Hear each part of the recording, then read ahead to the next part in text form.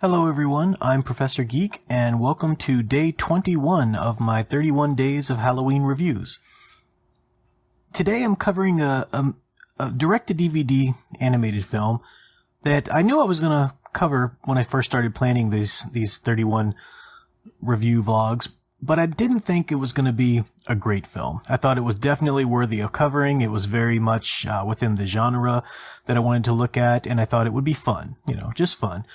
And I was really surprised. So I'm talking about The Batman vs. Dracula, which was a direct-to-DVD movie that was made out of the Batman TV series, the cartoon, the animated series at the time. And the prevailing theory I heard from friends who had seen the movie or people who, are Batman fans or whatever, who had seen it was just that, yeah, it's fun, yeah, sure, it's what it is, I'm not expecting much from a DVD or a film that's directly released to DVD and, placed in Walmart, for kids basically or something like that.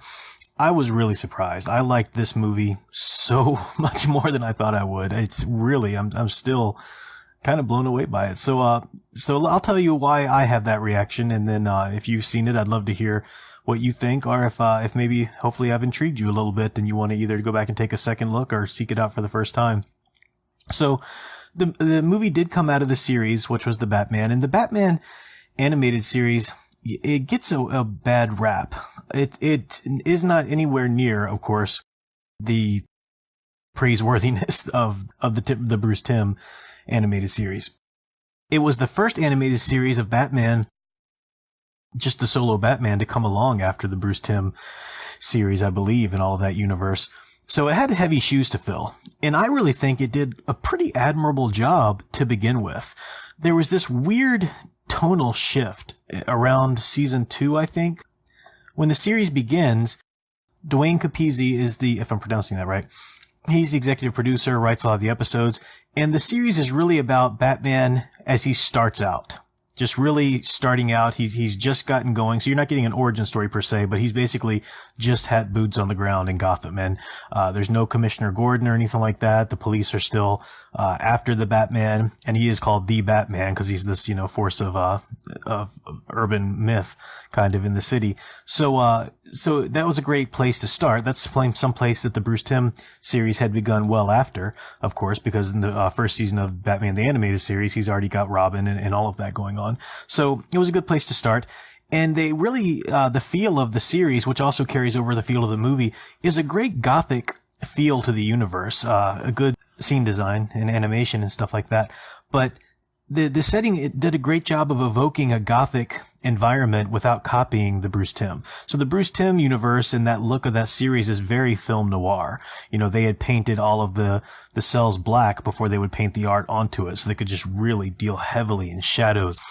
The color in the Batman series is a little more garish. You have a lot of purple tones, and it really is supposed to evoke this sort of uncanny, otherworldly-ish gothic world, almost like you're reading a horror comic or something. That's really the best way to describe it. So I thought that was a really cool look, and it was also a way to differentiate quite a bit from what Bruce Timm did with that series, so they weren't just copying. I had a great theme song by The Edge from U2, who wrote a theme song and everything. Anyway, I won't spend too much time on the series. I should really do a video review of that series in general, but I had this weird tonal shift halfway through where suddenly it wasn't very gothic anymore, and it wasn't really more about Batman being serious and the gothic detective. All of a sudden, Batgirl just kind of gets crammed into it, and it's just weird for a while. It's like all about Batgirl for like half a season. After that, it gets pretty good again, but not the same direction or tone that that it first started out in. So that's why it left, I think, a lot of people with a bad taste in their mouth. But this movie, Batman vs. Dracula, comes from that first era of the series. So you're still very much into those early years of Batman in Gotham and in that same approach to the environment and the world and universe that he lives in. So that's carrying over perfectly. And it's so gothic.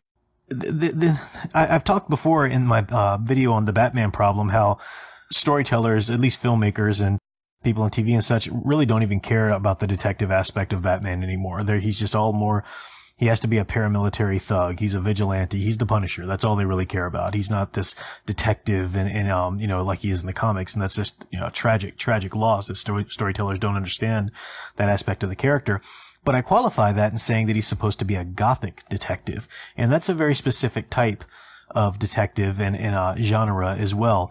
And this is what Dwayne Capizzi and Michael Goguen, again, I don't know if I'm pronouncing that name right, Michael Goggen's the director of this animated film, they really dwell and pull out this element really nicely in this film. Tim Burton did that as well. You know, that iconic scene in the beginning of the Tim Burton 89 Batman film when the thieves are on top of the rooftop and they're talking about the myth of the Batman, saying, we need to get out of here, you know, so-and-so, they found his body on the pavement and there was no blood in the body, you know, so Batman was like a vampire to them. And it was this gothic folklore. And then when Batman finally enters into that scene and he raises his cape in this very Dracula-like manner and stuff, and that's part of Batman. He takes on the appearance of a bat because villains are a cowardly and superstitious lot, and he's trying to appear, I mean, they don't really say it in the comic books, but he's trying to appear a nightly, ghastly monster to the criminals. He's trying to make them think he's a vampire or something like that, so that they will be scared of him. That's very much in the ingrained base DNA of the character. And so many, you know, you don't get even a touch of that in Ben Affleck's Batman, certainly not even in Christian Bale's Batman. Those storytellers, directors aren't interested in that. Make him the Punisher, make him this paramilitary vigilante. That's all they care about. Some sort of brooding ninja. But anyway, so the Tim Burton movie understood that quite well, and Dwayne Capizzi and even, you know, Bruce Timm's animated series understood that well in its own way. It did the film noir aspect of that, which was great. But the Batman series and the Batman versus Dracula film really goes back to the roots of that gothic sort of horror comic element. So Batman's suit, for example, looks very gothic. When he pulls on his gloves in the suit-up scenes, his hand looks like a claw. And the bat cape is very sort of ragged tatters to the bat, fins on the back on the bottom of the cape and stuff like that. So very, very, gothic style of the uniform as well. And in this movie, they call attention to that. So Dracula has come back to life. I won't give away spoilers or give away any of the things that you should know just as you go through the film.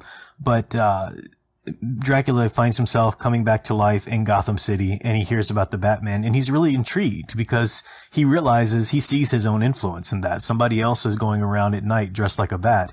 Clearly, that's a Dracula influence. He understands that, which it is. Which your average Batman fan today would be like, what? Huh? You know, not even get that.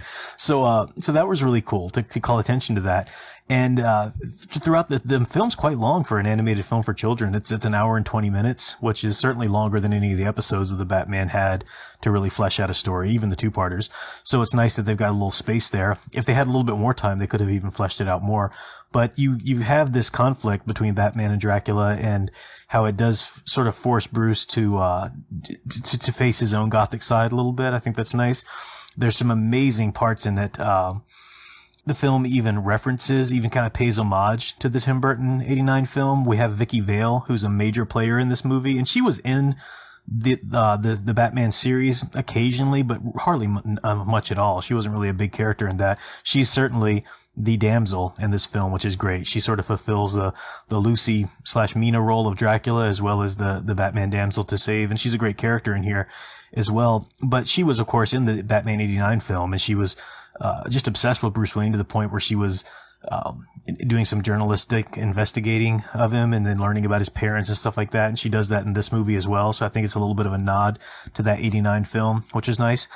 In the the conflict between Batman and Dracula, the two of them are such a cool matchup because Dracula is supernatural, whereas Batman, even though he wants to appear as gothic, he's all about science and all about scientific technology and solutions to things. So you do have science versus the supernatural a bit, and he tries to develop some scientific ways to fight Dracula, which is pretty cool.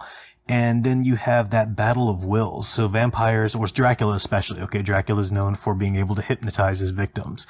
And so, but Bruce Wayne, Batman, is all about will and self-control and having the willpower and the determination to achieve his goals and become who he's become. So that's a great matchup just waiting to be made there. When I first saw this movie, I hadn't seen the cartoon or anything. I first saw this DVD in the stores years ago, and I thought, that's so stupid and random. Batman versus Dracula. What's next? Batman versus Godzilla. You know, I just thought it was one of those silly team-ups that is just supposed to be really quickly laid out in a film for children or whatever. But I did not see this coming, and it was written by people and directed by people I think who really understood what this kind of conflict should be and how it's actually kind of already in the mythos and the DNA of it. So that was really great.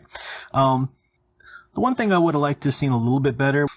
So sunlight will obviously kill a vampire, and the only other weapon that Batman will use against a vampire is garlic. And I thought that they could develop that, like a scientific explanation for that, but they don't. You kind of at one point in the film give a nod to the fact that like crucifixes might work, but they don't really go into that at all either. And I thought that was sort of a failed area that they could have explored. Maybe it's just the Catholic in me that wants to see that, but I think when you've got a great story where you've got the supernatural up against the science, if you're going to acknowledge the religious at all as being a valid tool to work on vampires, you don't just acknowledge it and then not do anything with it. It seems to be that's a key part of the conversation that could have been had. It doesn't ruin the film at all. It's just maybe if they had more time, they could have done that. So that would be my only real, I think, critique of it. But just some wonderful scenes. And once you understand how loaded this conflict is between Batman and Dracula, there's some climactic battles that you're just rooting for and jumping and cheering for. I know I was so excited. One of the specific battles with him and between Batman and all of the vampires that Dracula has created in Gotham, and then that final climactic battle between Dracula and Batman, the culminating moment of that. Just freaking rocks. I loved it. It was so great. So, the things they say, I don't want to give it away, but the things they say to each other really, that they're loaded comments they make, and that really brings home the character development for both of them and what this conflict has meant for Bruce Wayne. So I highly recommend this movie. Even if you've never seen the cartoon, you don't have to know anything about the Batman animated series to enjoy this cartoon. You just need to know basic Batman stuff, like Batman's a superhero, Joker and the Penguin are his, villains and such. That's all you really need to know. But even if you've seen the Batman series and you've never seen the movie like me, this is the complete whole new chapter that really is fun to watch. So I highly recommend this for any Batman or Dracula fan. It does a great job with the character of Dracula as well. Very, very faithful to his character from the Bram Stoker novel and in the mythos that we have of him. So I highly recommend it. And don't forget the giveaway. Go ahead and click on the link in the top right hand corner. I have made a little video to go ahead and just explain the giveaway so I can stop doing it in every single video. So go ahead and do that if you're interested in another giveaway for a free Batman issue. I will, after the Halloween month is over and after my 31 days of Halloween review vlogs are over, I will go ahead and do a review of the Batman animated series because I think there's a lot more there that's worthy of talking about. I think it's good to talk about all of the great stuff you can still find in that series, but, good to acknowledge all the issues that it had as well. So look for that eventually in the months to come. And come back tomorrow at 6 for another review of a great Halloween title that's superhero and or comic book related. Until then, keep enjoying and digging deeper into the superhero and Halloween stories you love most. Thanks for watching.